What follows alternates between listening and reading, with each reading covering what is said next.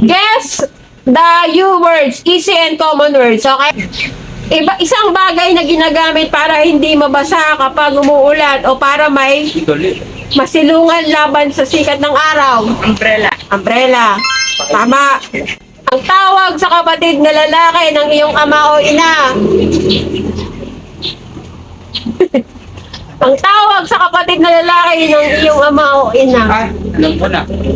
Hindi ko alam. Okay. Uncle.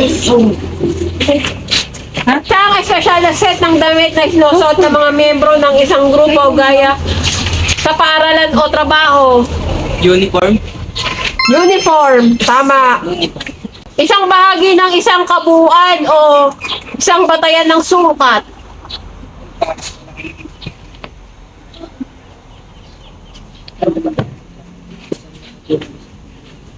Wala kayo.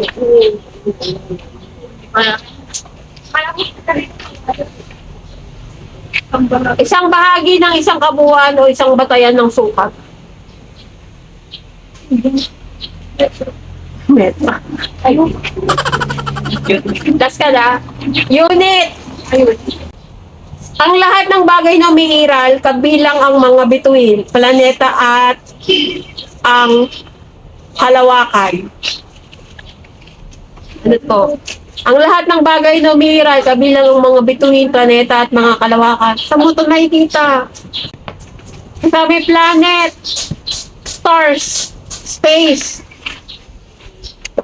Universe. Tama, universe. Mga damit na sinusuot ng direkta sa balat at nasa ilalim ng panlabas na damit. Ano daw?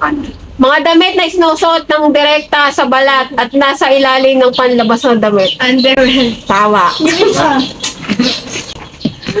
Isang uri ng pagliko ng sasakyan para bumalik sa direksyong pinanggalingan. Isang uri. Ha? Ay, hindi. Hindi pala. Ano? Bilangan nyo lang.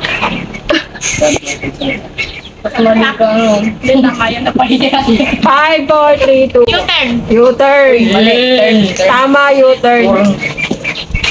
Ang paggawa ng isang bagay gamit ang isang kagamitan o kasangkapan para sa isang layunin. Use. Ang pagbukas ng isang nakatali o nakabalot, maaari ring magkakahulugan ng pagbawi ng isang aksyong nagawa na.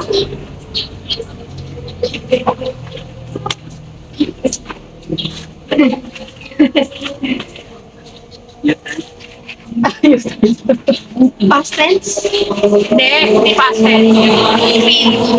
Ha? Ano? Back. Hindi, pwede. Isa yung computing. Ikaw ba? Kasi ano? Backward. Hindi. Ikaw? Undo.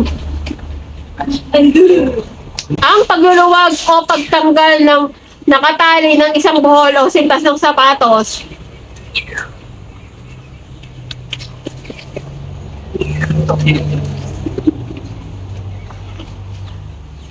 Antay. Antay. Tama. Antay.